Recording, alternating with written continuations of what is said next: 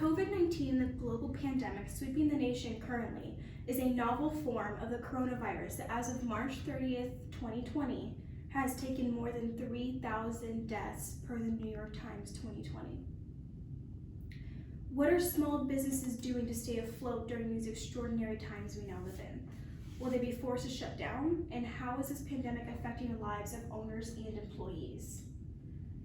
Not only is this contagion taking a physical, personal toll on lives, but meanwhile, small businesses are taken out as well in the restaurant industry.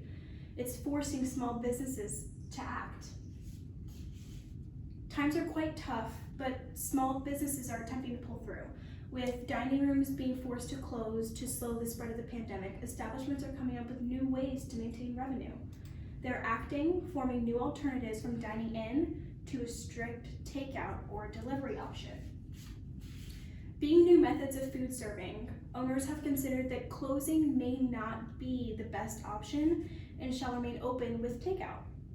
Giving it the name touchless takeout evokes customers to feel safer because it's touchless. As well as takeout delivery was another alternative for restaurants to exercise with the public.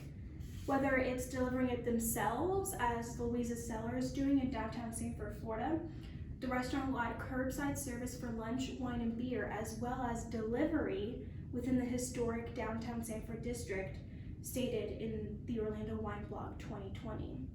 She's delivering this herself in her personal vehicle. Another option would be hiring third-party delivery services to do it for them, such as DoorDash and Grubhub. It's very useful to companies like Brooks Bagels, based out of Naples, Florida, which is offering curbside pickup and delivery through Grubhub, according to Naples Daily News 2020. However useful these delivery services may be, most of the time they charge a certain percentage or fee to the company. Sometimes these companies will offer no delivery fee, when most of the time the restaurant is still compensating them for it. With small businesses utilizing their takeout delivery options, they contribute to social media platforms, using them to keep their community updated about anything new regarding COVID-19. These restaurants must resort to new marketing tactics such as social media to keep the public informed and updated on things like open closures, hours, menu limitations, and current news or events. Social media has been used over the years to post and update fellow peers about your community, about your life and your whereabouts.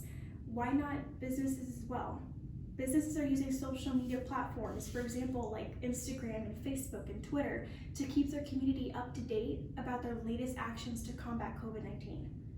The owner, Farley McDonough of Adams Mountain Cafe, Mountain Toe Springs, said, "I'm posting on social media every day, telling people where we are and what to expect in the next week," stated in the Colorado Springs Business Journal 2020. Owners are also becoming more creative when it comes to their scheduled events during COVID-19.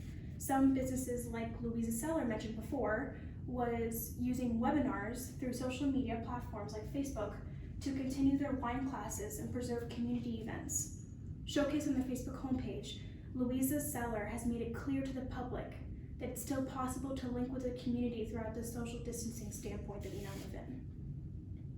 However, even with takeouts and delivery, as well as marketing exercises and social media, sometimes it's just not enough to convince the public to support their local businesses during this time we now live in. Small companies are now forced to make cuts and lay off employees and reduce staff in order to keep their restaurants up and running. It can be extremely distressing to owners and managers.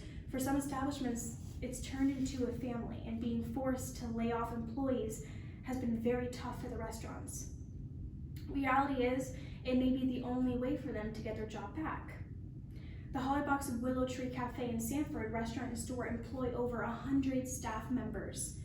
The reporter goes on and says, "But as of Monday, he said we had to let half of them go," states Fox 35 News 2020. The owner of Willow Tree, Theo Hollerbach, clearly feels awful. Hollerbach stated that they were crying. He says, "These are good people and this is so wrong," which is evident in multiple restaurant businesses.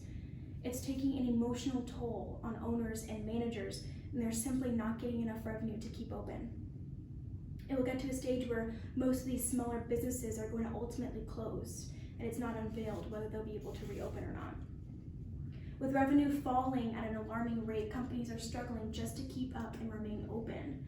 Small businesses are devastated, obligated to lay off good, hardworking employees and transfer to takeout and delivery options, and even more shocking, some are even closing completely. They're suffering, trying to stay afloat in this unbelievable pandemic, and culture is deteriorating and losing sentiment of most of these long-lasting and closing restaurant businesses that fought to remain open. With growing rates on the death toll of the COVID-19 pandemic, small businesses are staying updated and trying their best to manage with COVID-19 protocols to survive.